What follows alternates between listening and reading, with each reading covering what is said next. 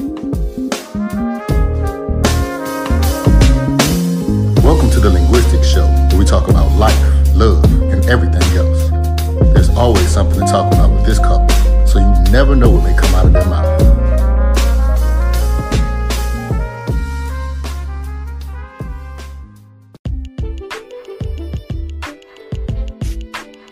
Hello, everyone, and welcome to the Linguistics Show. I am your host, Karal, and I'm actually solo today as the host because it is the last Wednesday of Women's History Month, and I am here as your female co-host with two amazing women joining us today. So we have Nash and Charmayne.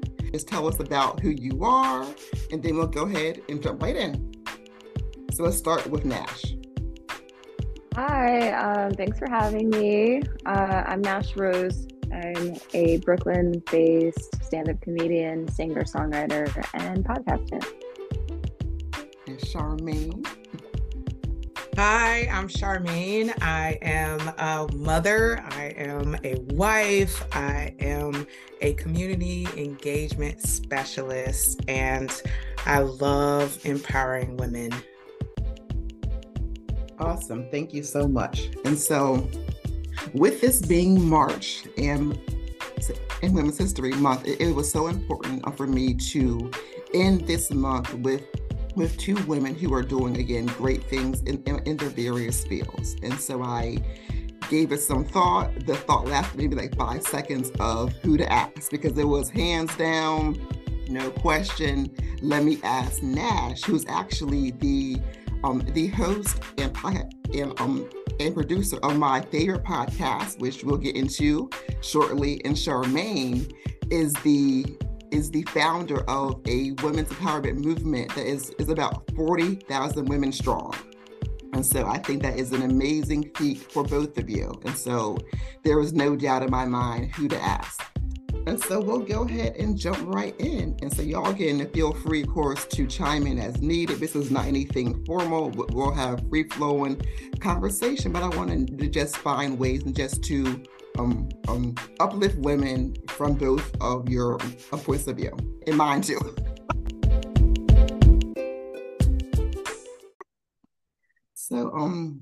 So let's actually start with Nash. So with you being a podcast host and producer, how did you get into that project, I'll say, of being a podcaster? Right. So my podcast, Menpathy, it's a combination of the words men and empathy. And it's a podcast that's all about, empathizing with the opinions, experiences, mental health stories of men in modern society. And the way I got started is I'd always wanted to, start a podcast. I had done several before, but they were failures. And I had went through this horrific breakup in the height of quarantine. I was engaged, and the engagement ended a month before the wedding date, which was obviously traumatic. Yeah. And so in the process of that, I actually moved back home with my mom for a little bit just to get away from the city and heal. And it was funny because all of my siblings were going through something at that point. So we all ended up being in the same house with my mom again, which was like being a kid again in the worst way. But I spent a lot of time with my younger brother during that process, and he was going through his own emotional battle. So as I was dealing with like being accountable and reflecting on what happened and what failed in my relationship, my brother was going through just a reflection of his entire life, and he was having a literal mental break that we all had to kind of intervene in. And he said something to me that just changed my mind, period. He was just like, my whole life I have to spend hiding my emotions and not being human and pretending like things don't bother me. And he's like, and he's in his 30s at this point, and he's like, and now it's just all coming out. It's all coming to a head. And I just felt so bad because I had known him all of his life. And I feel like I knew my brother, but I never saw him until that moment. Mm-hmm. And I was like, wow, I never even thought about this, because we are like, as women, especially, and everyone, but especially women, we kind of look at men like, big, strong creatures. They don't have feelings, they don't have emotions, they don't cry. And that was the first time I sat there and I thought about the experience that men must go through. And then I thought about my ex-fiance, and maybe there was so much he was holding in. I thought everything was a surprise. It was probably something that he didn't express because he didn't have the room to. And I was like, everybody needs to know this. So I was like, I'm starting a podcast. And for me, it's just like a learning experience of me trying to become a better person and also understand our male counterparts and their experiences. So that was a very long-winded answer, but that's how. No, that was heartfelt. Okay, so I am already emotional because with me being a podcast host with my husband,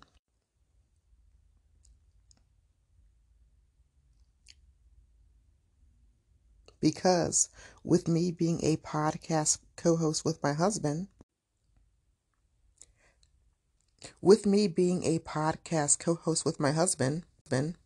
I've also learned so much about his feelings as a man, as a father, as a Black man. And so I am definitely understanding the importance of just giving voice and light to men's feelings, because they have been hidden for so many reasons and for so many decades, centuries probably. And so I definitely, I commend you for hearing your brother and then taking that to a podcast platform.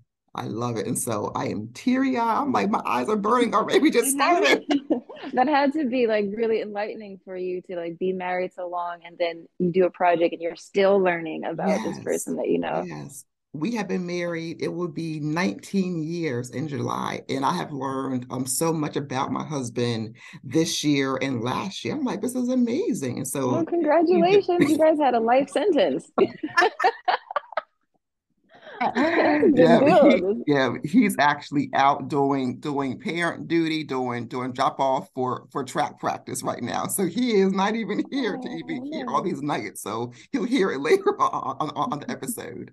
And so and then for you, Charmayne, how did you end up starting your WifeUp project or movement?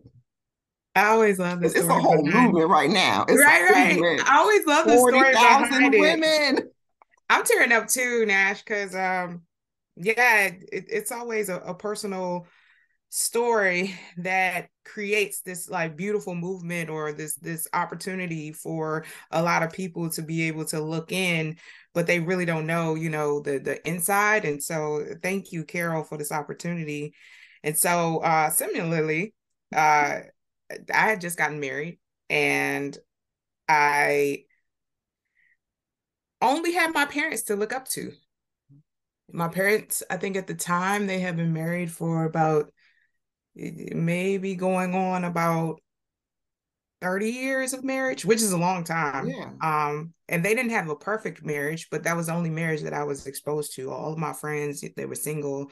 Mm-hmm. A lot of people that I hung out around at the time were single moms and stuff like that. And so when I got married, I really didn't have a lot of people to connect with. And so thinking I'm doing the right thing, grew up in the church, got married, and then everything was going wrong. Like we didn't know how to become one. We didn't know how to make life happen, once we got married. And then we had a lot of external factors that really affected our emotions. My husband's hours were cut at work. And so he sank into a depression.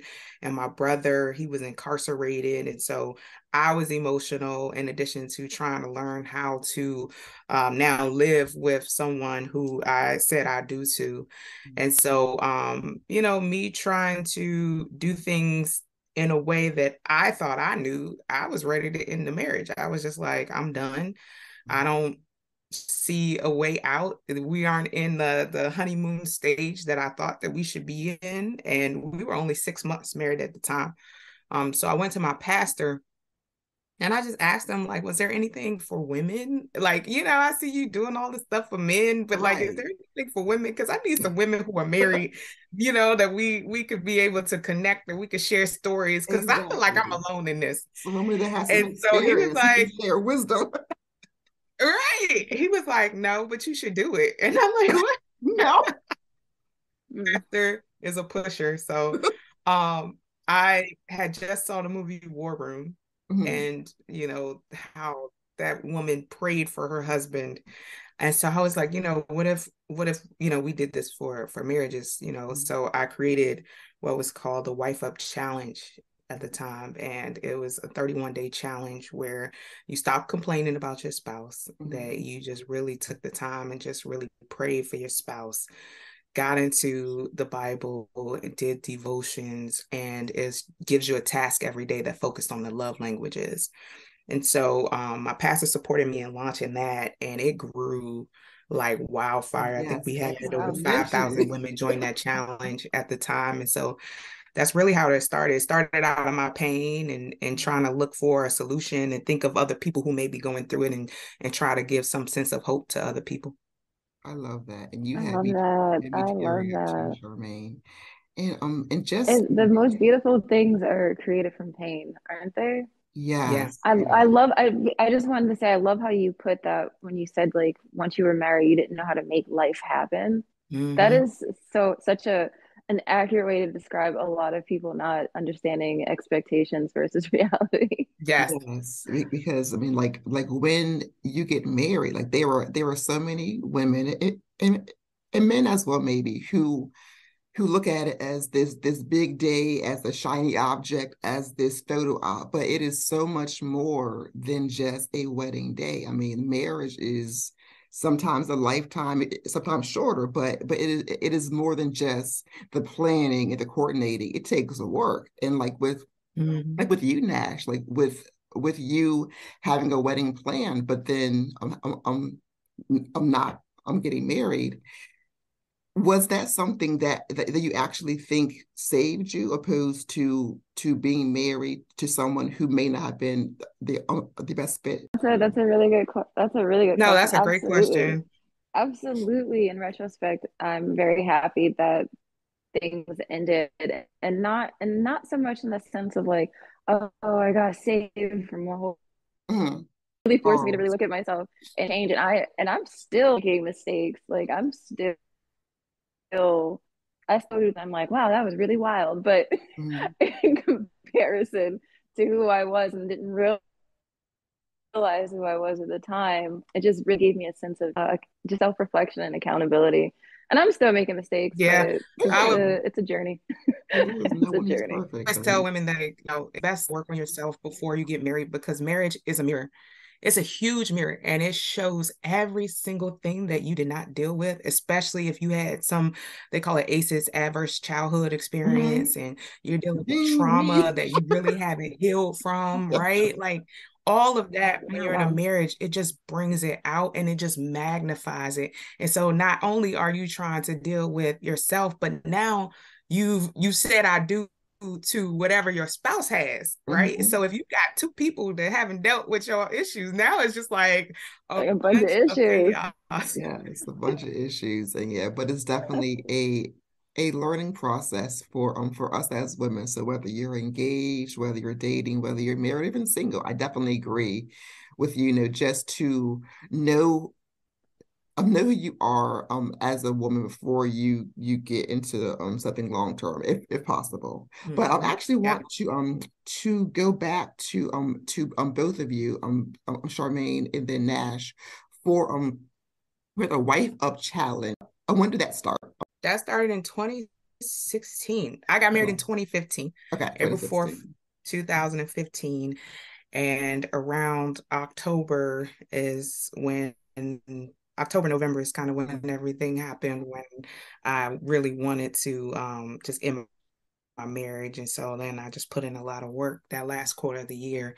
And we launched the Wife Up Challenge in January 2016, which Mhm. I did not know at the time was considered a divorce month.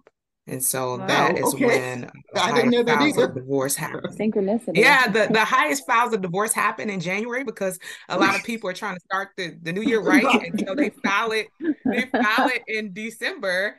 And Uh-huh. then, everyone's out on vacation for the Hmm. holidays. And then they process the paperwork in January. And Wow. then, I'm gonna start the New Year single. What? right.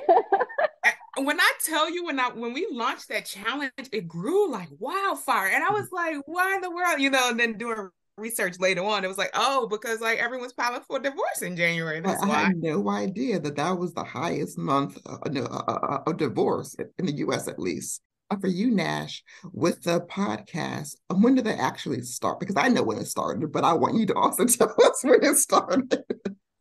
Yeah, the process started in August 2021, and we were launched by October 2021. So yeah. Okay, and then I'm going back. I'm back to you being a podcast host. So I know that there are lots of podcasts out there who had the producer who was not someone who was actually involved on mic and on camera. So then, what led you to actually be the podcast producer as well as the host? Well, the co-host back then. It was a combination of not wanting to spend extra money for a producer and being a I get control that. freak. I really like to control and see through all of my creative projects. Like I just have a vision, and sometimes it's just I can do it. I see it, so let me just do it. So I just learned how to do it and did it and saved a lot of money. So Yes, I definitely can relate because with me being the co-host with Jason, I actually thought that he would have said no. That Carol, here you go with your ideas about wanting to do random stuff, and I was like, just give it a try. And so he said random yes stuff. immediately, and I was like, you said yes? Okay. Now I've actually researched and see how to do it because I was thinking that there would be a no. So I She know. probably say yeah, thinking, oh, she's just gonna let this go. Exactly. And I told him it's like several years ago, like with our growth, as a couple, to only say things that you mean. So like when you say yes, that to me is your real answer, not some, oh, Carol, shut up. Let me just say yes. I'm like, you said yes, so we're rocking with this. We're gonna do this. And so as the producer, so I never planned on being the producer. That was never in my plan whatsoever. We had this amazing man who was helping us get things started, but then he had a baby with his wife and then moved. And so he was basically like, Carol, I've helped you to get some of this started behind the scenes, but I can't help you because I have a newborn. I moved like many states away, and so I'm really sorry, but good luck. So that actually forced me to really dive in deep and within to see how to get out of my comfort zone, because the talking was fine, but it was the behind the scenes that I was so scared about. And so it took me months just to actually be comfortable with even touching the software to edit, because I was so afraid. But now that Oh wow. I was very, very nervous. I was like, oh my God, I can't do this. And this is not in the plan. And he had a baby, I know, which is not what is it. It's his control, but still, but we had a baby, and now I'm stuck. You're like, forget that baby. That was like, what about me? F those kids. Yes, but yeah, so he definitely gave me a good start, gave me some background tips, and he was like basically like, I'm moving, have a baby, you can do this. I said, no, I can't. He said, yes, you can. And I did it. So that's how I ended up being Yeah. a producer. But that's a whole nother issue, another story. But That's a much more interesting journey. yes, of self-reflection and just and honestly, just as a woman, just I'm not being afraid to try new things, because again, I was petrified to even open the software for months. And I had it. He told me how to use it in a high level because he's a producer. That wasn't what I do. So he gave me the rundown, but I was still like, huh? And it was on Zoom, and I was still confused. I was like, okay, Carol, you can do this. You're not going to let this idea fail because you have invested so much emotion to wanting to get it started. So you're going to figure it out. And so that's how that started. But back to you, beautiful ladies, with being a podcast host and producer, as well as a women's empowerment leader. What are some of the challenges that you have faced that maybe you did not expect to happen? And then how did you get past them? Y'all can jump in. It doesn't Sure. matter. Oh, I'm like, whew. I'm So I don't know if I've fully gotten past it, right? Like I feel Mm. like I'm still going through it. Okay, that's real. Yeah, Like you're still in it. That's real. right. I think that when you make a decision to be so transparent and so vulnerable that you really kind of put your life out there to help other people, it gives people a sense of hope, right? You help a lot of people. But at the same time, like you're exposed, right? And Yeah. so there's been a lot of, I would say, attack on my family. Not like Oh, people yeah. attacking. I think that it's just been like a spiritual attack on my family. Okay. And so we've gone through a lot of things. And I mean, like most recently, um, I lost my dad during COVID. Right. And so I inherited his car. My dad's car was stolen on March the 1st, right? The beginning of Women's History Month. Like, Wow. oh Oh, yeah, wow. My gosh. his car got stolen. And so it was so crazy that my husband was just going to get us something to eat, Mhm. and my dad had a Hyundai Sonata. So right now the kids learned a Yeah. TikTok trick where they're like stealing Hmm. Hyundais and Kias with like Right. a USB It's like port. it's running rampant, which is so That's a unfortunate. thing. Yeah, that's a Yeah. Wow. thing. It's really trending. The Like it's so DMV. bad Yeah. that like people are like sending out just like one pagers on how to protect your vehicle. It's really bad. And so Mhm. we became a Jeez. victim. They stole my dad's car. It was just like really emotional, just really hard to get through. And then my husband's just been really stressed out and battling with his job again. And so like there's a lot of things that kind of happens behind the scenes that you don't always share, that like not only Mhm. are you trying to encourage other people, but you deal with your family. Yeah. And that's not the only one. Like It's real it's just life. been like multiple things that continue to happen, but like you just have to learn how to do life while you're serving and while you're doing whatever you're doing publicly. And so there's a fine line with setting boundaries because of your life being more public, which means that people, they want more access to you. And with social media, people want access 24/7, and it's just like that cannot happen. Like Yeah. I'm not built that Mhm. way. Boundaries are Technology is key. built that way. Like, right, we have recordings where you can watch videos, you can Right. replay your podcasts, right? But you don't have personal access to me. And so like this journey has been just like really just defining like who gets access, Mhm. what level of access they get, Yeah. how to navigate family life and how to prioritize family. Because there was a time where, because that movement grew so quickly in a short Mhm. amount of time, there was no time to adjust, right? It was Right. just like, It took off man, so it's just fast. like we had problems, and then all of a sudden we helping people with Yeah. it. I mean, like, how do you even balance that? Yeah, because I mean, like, you are going through it still. And again, you have this amazing movement that I have been part of in some activities and seminars, workshops, whatever you want to call them. But, yeah, but I definitely know how much you have grown with this movement. I mean, do you even call it a movement, or like what do you call it? I still call it a movement. I think it's a movement, but it became a It sounds like a organization from movement. it. But like I really just I had to step back at times, Mhm. and I had to realize like, okay, when is it our season to like really serve, and when is it our season to really focus on our marriage? Because if you're always stepping out there, if you're always trying to do the work, and if you're always pouring out to other people and you don't pour into your own relationship and your own self, Mhm. then you could just break down very quickly. And so I went on a whole journey with self-care, because I started gaining weight because I had just had a baby Mhm. when all Oh, of this wow. started, right? Everything started 2016, 2017. I had my baby. And so, I was gaining weight, but I was still serving. And I looked up and I was over 3. And I was like, oh no, Wow. Charmayne, you need to get it together. You were doing a lot in a short amount of time. Yes. In a short amount 2015 of married, time. 2016 movement, 2017 baby.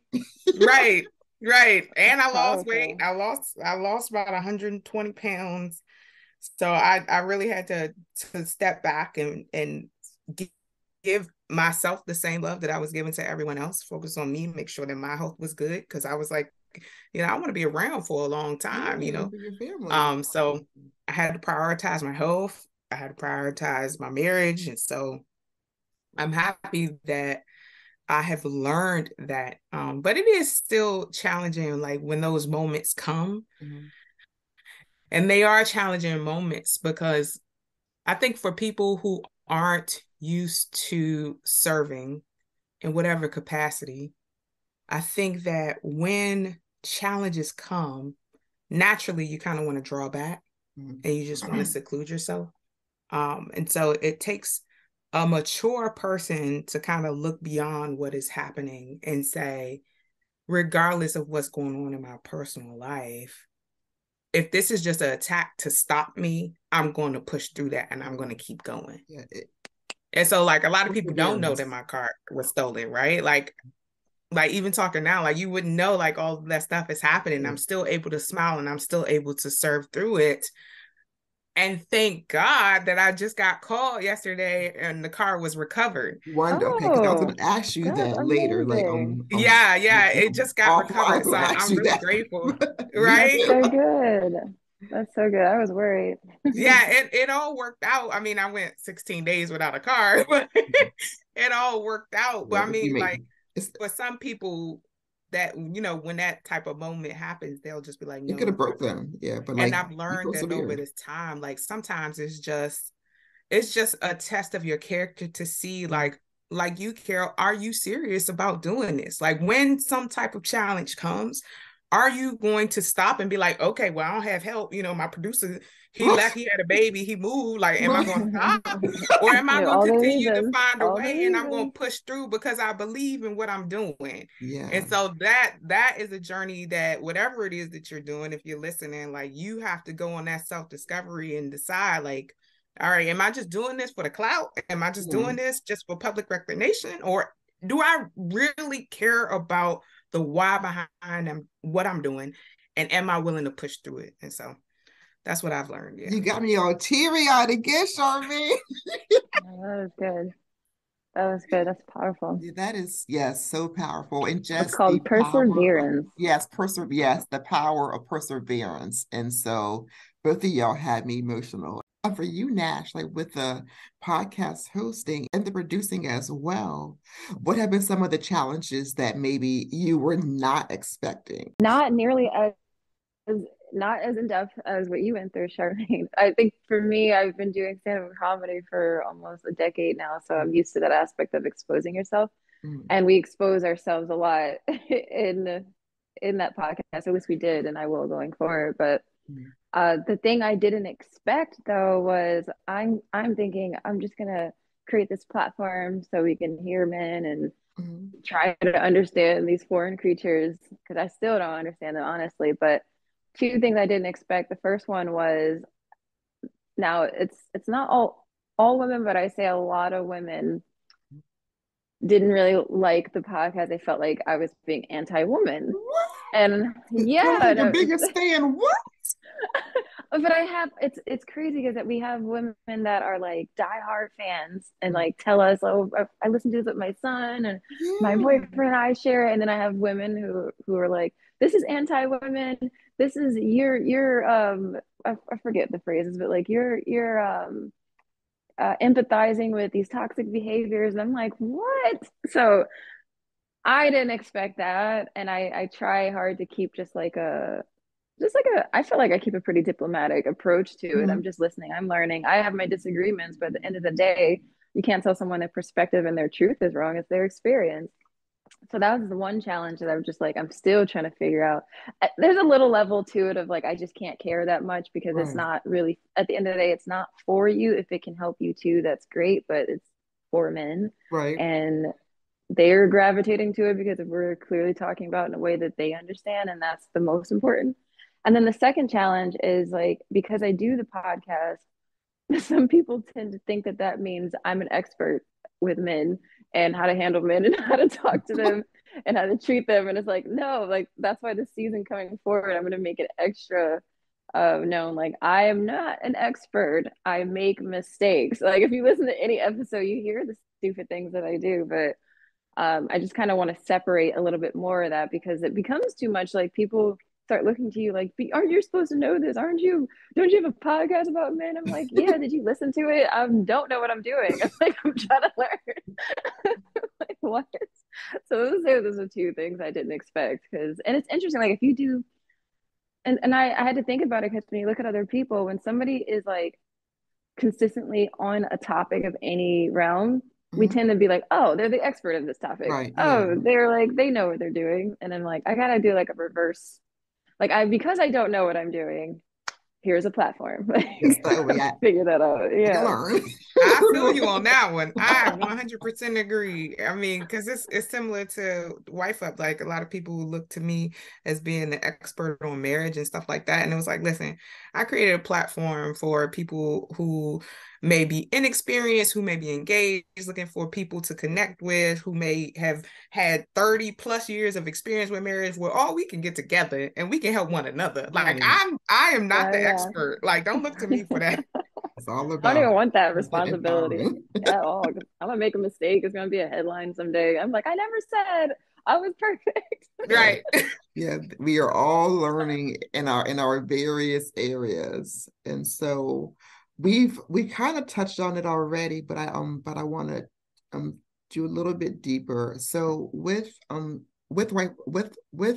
Wife Up Charmayne, how it grew so fast, which you never knew that it would grow so fast to this huge movement.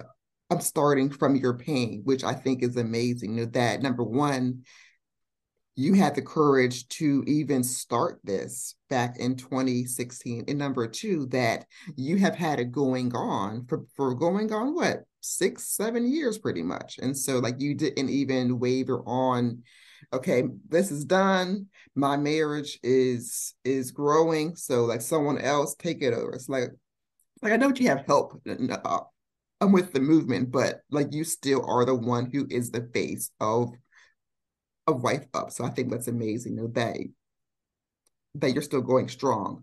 But then how have you handled the different kinds of a WifeUp spinoff? So like I know that you have travel, that you do various things. So my academic, so the question is a bit different than what I have on my list, but how have you kept the movement going with it growing so fast?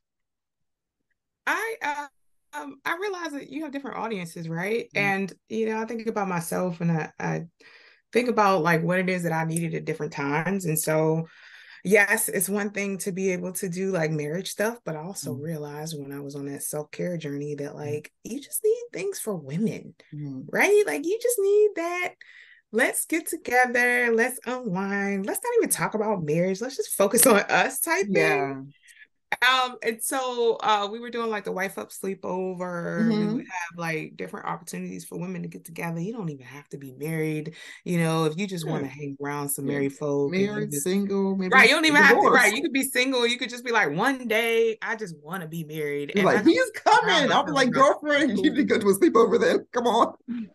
Come on. Let's get together. Like, we're not even going to touch marriage. I promise you. We're just going to touch things that we as women just deal with.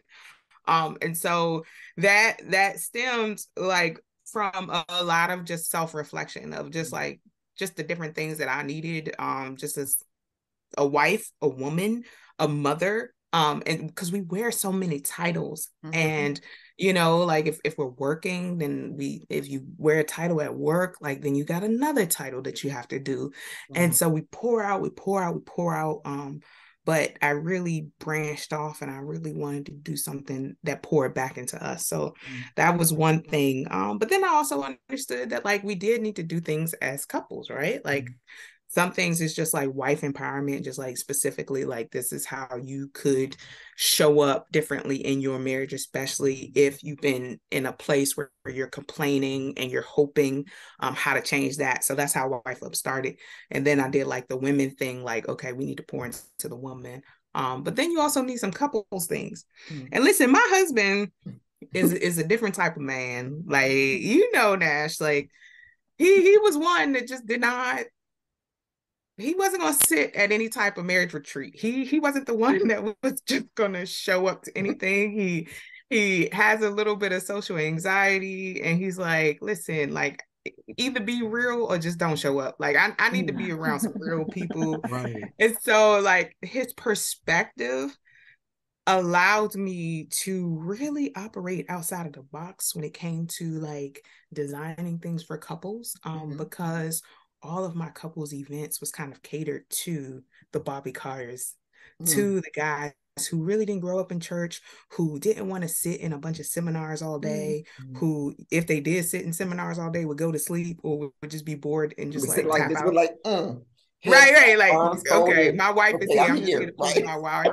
I really wanted a husband's type of couples event where like the wives were sitting around and be like, can we go? Like, I wanted that type of experience for couples, where the guys were having so much fun that they left saying, man, yo, you need to go. Like, they went to all their guy friends and was like, you need to go to that, because man, it was good, Wow, so wow. yeah, that was really cool. You're so creative. You're like a little alchemist with, well, this is the circumstance, how do I make it work? Just create all this gold in the process. I love that. Yes. And I mean, I'm grateful because my husband allowed me to like have that perspective.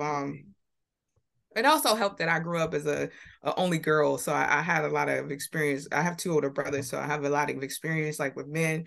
But being married to my husband helped me to like really kind of cater things. And so when we were designing like our couples getaways and stuff like that, I asked for his perspective, and he was like, "Oh yeah, this cool, So like, we do like, it's like a 20-80 rule. We do like 20% like sessions and content, and then 80% fun, because any more than that, like, not gonna happen.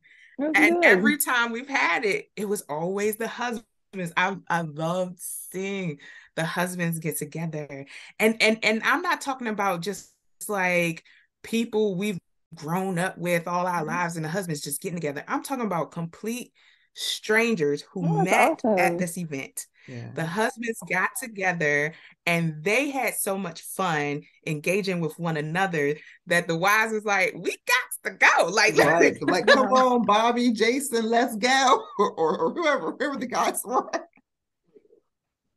But I love it. So, I was able to offer, different things. And then my son, my oldest son, he's 14. He was like, can we have a kids up? Oh, that's cute, actually. That's a cute idea. So are your wheels turning for that maybe down the road? I was like, listen, if you trying to spearhead that, go ahead.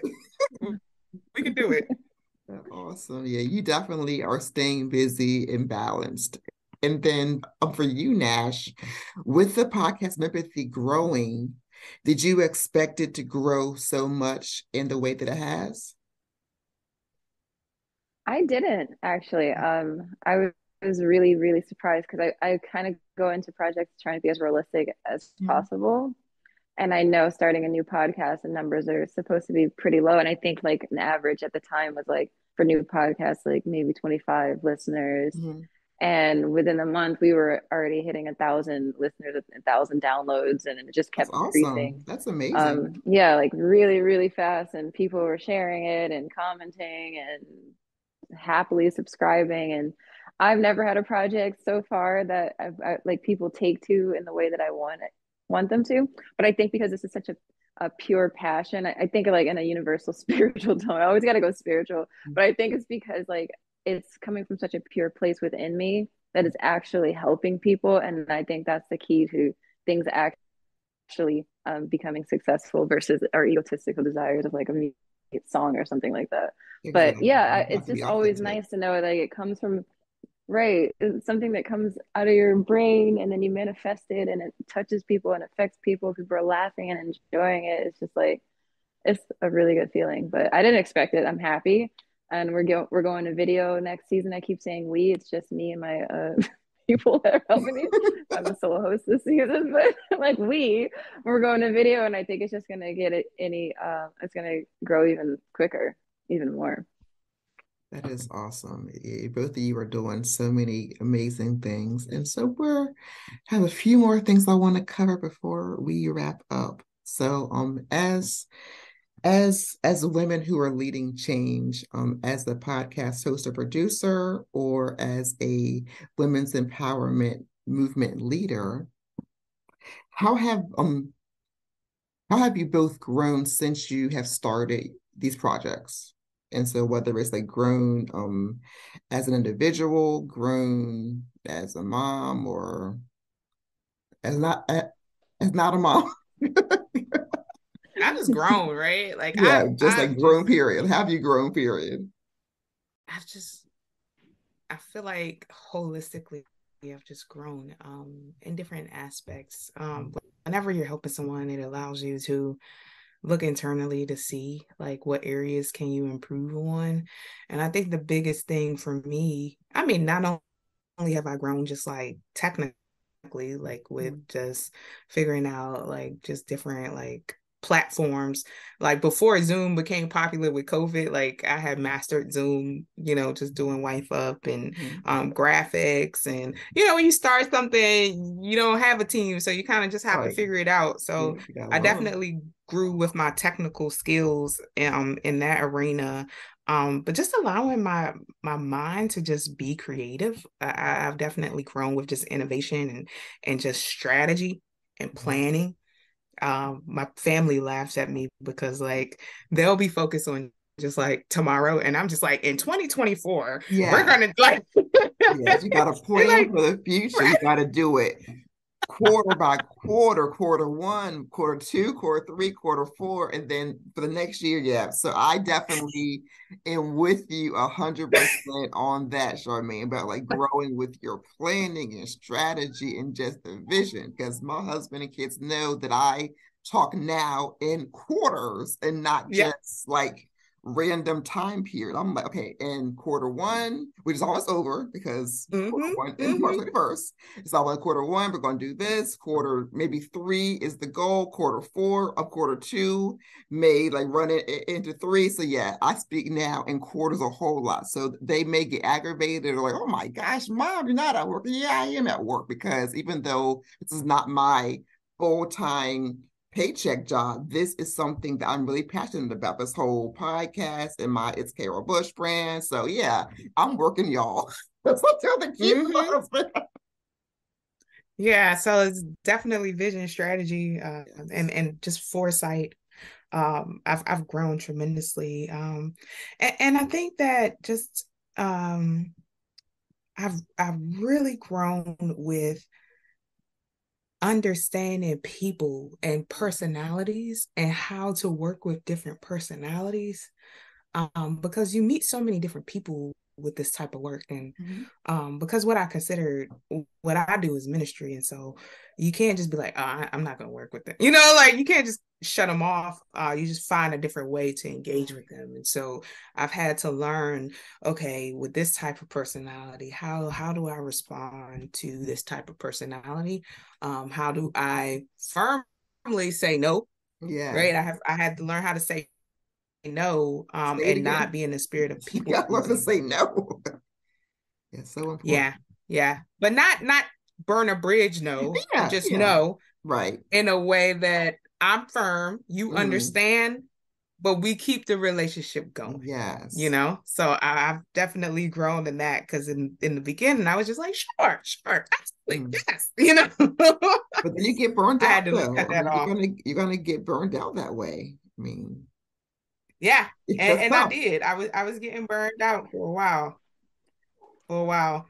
So yeah, I would say that I've grown in that area, and I've met a lot of wonderful people, and I just think that I've developed some amazing friendships through starting WifeUp. And so I believe that with the people that I've met, that I've just grown just as a human being, as an individual, because I had some amazing people that just poured into my life, especially in seasons where I really truly needed it, especially around the time where I lost my dad. Like he was my world, and so many people who just poured into me, cooked for me, I mean, people came through tremendously and helped me get out of a really dark place. That's And amazing. I'm just grateful for it, that I can look on the other side now and be like, wow, I'm so grateful that I'm so grateful that in a place of my vulnerability to start something like this, that, you definitely see the harvest of the seeds that you've sown. And so even if it's not financially in the beginning, where you may not see money coming in, I was actually just literally talking to my mom about this yesterday. When you talk about your gift making room for you, and it makes room for you in different ways, right? Everyone thinks that it's just a financial thing, but like the people that you meet, right, when you are pouring into other people, like you get blessings in ways that you can't even imagine. And so, like, for people cooking for you, people like stepping in and volunteering and serving to help you without even you really having to ask. Like, you could just be like, I need, like, whatever you need. Yes. Like people just saying yes, just because of a genuine heart that you had to just serve other people. So definitely, learning how to be vulnerable enough to ask for that help. Yeah. As a female, I've grown in that area too, because I can't do it all, and just, relying on community to be able to work together. That's beautiful growth. Yeah, That's a lot of great growth. So how For about me, you, I Nash? think I think the main growth that I have been experiencing has been, again, like accountability. It's been forcing me to look at myself through hearing these stories. And what's interesting is doing the podcast for me was very healing, because it was my relationship ended in 2020, and that's when I had the conversation with my brother. And so then 2021, between that time and then, I had done so much internal work to heal, and I hadn't really been entertaining any serious relationships. So I didn't have any like proof of theory, if you will, putting the theory into practice. So I'm doing the podcast, and I'm like, I feel great. I'm understanding everybody, and I'm learning, and I'm reflecting. And then I start dating again, and I'm like, dang, I didn't grow at all. I'm not applying any of this at all. But I am to an extent, obviously. Yeah. But it's helping me to grow more so, like just being a better person, a better listener, and a better host as far as like creativity goes. I get a lot of feedback about my hosting skills, which is growth for me because of all the other things that I do artistically. But for me, yeah, it's just been like just an internal self-reflection and reevaluation, and I really have to I got humbled a lot in a lot of situations, especially recently. So I had to step back and really look at myself and think about how to grow empathetically more. And this upcoming season, I really want to obviously keep the platform going and make it a little bit more intimate, but I also want to figure out how to, for women like myself, and even if you're not like myself, but in the context of like, I want to do better. I'm not quite better. I still have a couple toxic habits, but I'm learning, like, how do I now bridge that reality so it becomes very more obvious? Yeah. So that's just kind of what I've been going through as far as related to the podcast and the growth. I love that. Does that make sense? Yeah, that makes total sense. And like some of the things that you both have said are some of the ways that I've grown. I mean, in terms of just asking for help. I just feel comfortable asking for help in 2021. And so it took me 40 years of life at that point to not ask for help, but to not feel bad about asking for someone's help. Because for me, I always had this mindset of I can do it. I can't let anyone down. I can figure it out. So like when I would ask for help, and before, it was always like a last resort, desperate, like I can't figure it out, or I need assistance, or like I'm stuck. And so that was really hard for me, just to humble myself, and then also be able to not always feel like I will be judged for asking for help, because I was always fearful, not always, but I was usually fearful of of me asking for help, meaning I'm weak, therefore I will be judged for not being able to just handle it myself. And so that took me, like I said, until 2021 to feel okay and not guilty for asking for help, which is unfortunate. But hopefully that can also help women who are older or even younger know that you can ask for help without feeling weak and not feeling judged. But also, y'all, I have learned that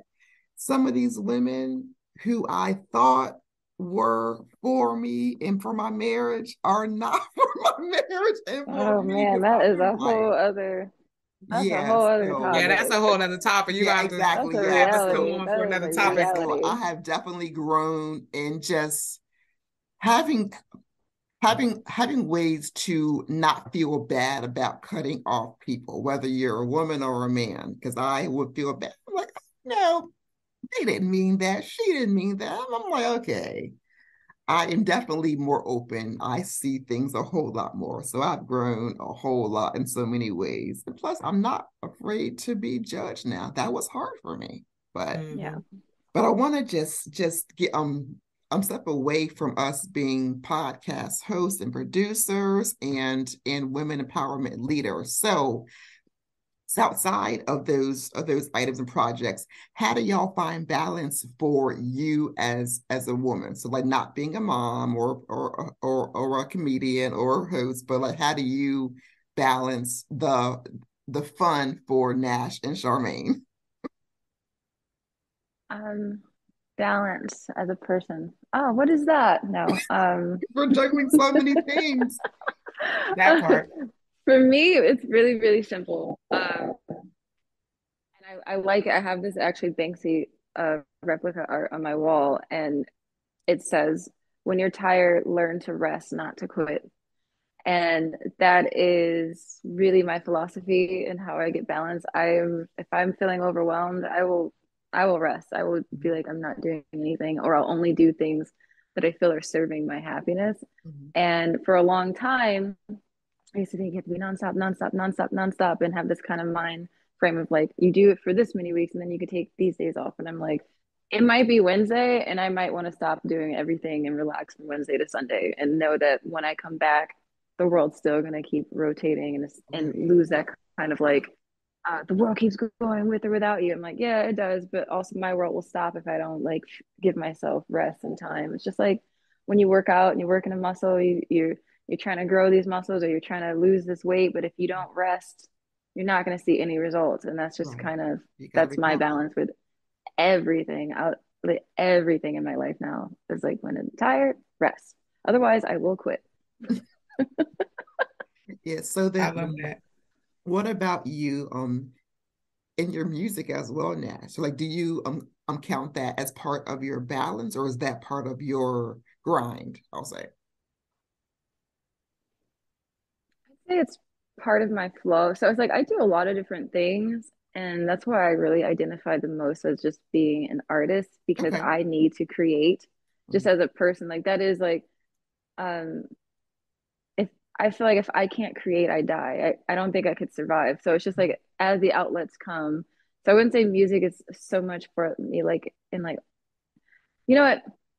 Stand-up comedy for the longest time was my outlet because I was able to turn pain into humor. And then I started to notice when things were hitting me really hard, it would come out musically better. Okay. So it's kind of like I'm doing it because I need to create, but it's also feeding me. It's also feeding me, I guess I should say. Yeah. I agree. Because I consider myself an artist too because of so many different things that I do. And I also sing at church and I do event planning and I'm just a creative person. And I was telling my girlfriend that I love creating. Mm-hmm. It gives you It's the pleasure. people. It's the people I need breaks It's so from, much right? fun. Right? Because like, you know, you're dealing with so many different personalities at different times. Like that's when you find yourself like, all right, you know, I'm pouring out too much. Like I need to just kind of stop. So I never stop creating. I never stop doing that creative thing that gives me joy because that is the thing that keeps me going. It's just that sometimes I just gotta kind of seclude myself from people and just kind of reflect, just even for family. Like sometimes I will go to a mecation or a staycation away from my family. Like, listen, I know that my threshold is once a month, and you know, because I have a young child. I can't get away too many times, and it's not too many breaks that I have throughout the day. But I will get up early. Mm-hmm. And I thank y'all again for getting up early with me for this podcast. But I will get up early before everyone wakes up, like 4 a.m. when it's just silence. Mm-hmm. My husband is a night owl, so I don't have nights. After I put the kids to bed, it's just him. And sometimes I need a break from him too. Yeah, I understand that. Right, while he sleep, I will get up early and I will just light a candle and I will journal and I will just listen to music and I will just have that me time that I don't get because I'm so busy serving throughout the day. And when I get an opportunity, I'll go away in a hotel, just have some me time, even do a trip by myself, do some me time. But when I'm not able to actually get away, the biggest thing is just kind of just secluding and just being amongst myself and just enjoying myself and boredom. It's okay to be bored. I had to learn that it's okay to be bored. Mm-hmm. Boredom is a good place to be when you find, because especially as women, like we feel like we have to be busy. Mm-hmm. We have to at every moment of the day fill our space, our time, our mind with something. We got to watch TV, we got to do something. But it's okay to be in a place where you're in complete rest, that you get to a place where you're bored, because then like now you're cutting on the lights for some creativity. Now I was going to say the same thing. Now your wheels are turning. Yeah. I'm thinking about the times when I was in college and like out of boredom grew some really amazing ideas. Mm-hmm. Like we were doing all kinds of like fun stuff and created like the best memories just out of boredom. And so like sometimes we just, as adults, we have to remember that it's okay. Yeah, it's okay to not Yep. It's okay to have some downtime. It's okay to not fill your schedule up with a whole itinerary of things to do. It's a major key. Yeah, it's downtime. And it's okay to teach your children, if you have young children, the same. Because then they will operate in that place of creativity too. Mm-hmm. Yeah, you gotta have balance, and like for me, like that was really important. So I have not always been balanced during these last couple of years by just being so focused on being creative. But like for me, sports has been my outlet. So I am an avid player of kickball. I have been really loving that. So like people are like, oh my gosh, you're playing. I'm like, yes, on 3 teams at once sometimes. So yes, so that's my Karal time. I'm not a wife. I'm not a mom. I am just me kicking that ball, catching, at times dropping the ball, but running. So that's how I get my outlet. But I had exactly because I'm like, oh, I got the ball. Oh, sorry, but I tried.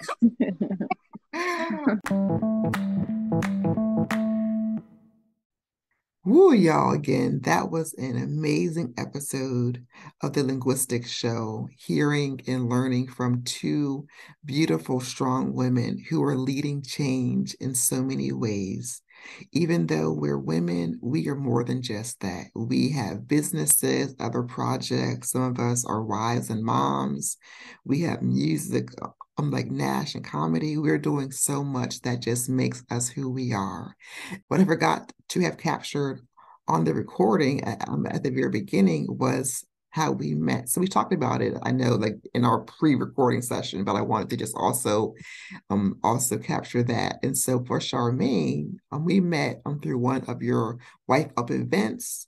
I'm not sure what year it was. So I'm thinking probably 2017, actually, because I have some photos that go way back. I'm like, I think that's when it was. And so we have stayed in contact. We've done a few other things as far as me going to your events and being as an attendee. And so we've also been able to have some really great conversations, just you and I, that have really, really made a huge difference. And so that's how you and I met Charmayne. But then for Nash, I have not met Nash in person, but I definitely will one day. I'm going to make it happen, right, Charmayne?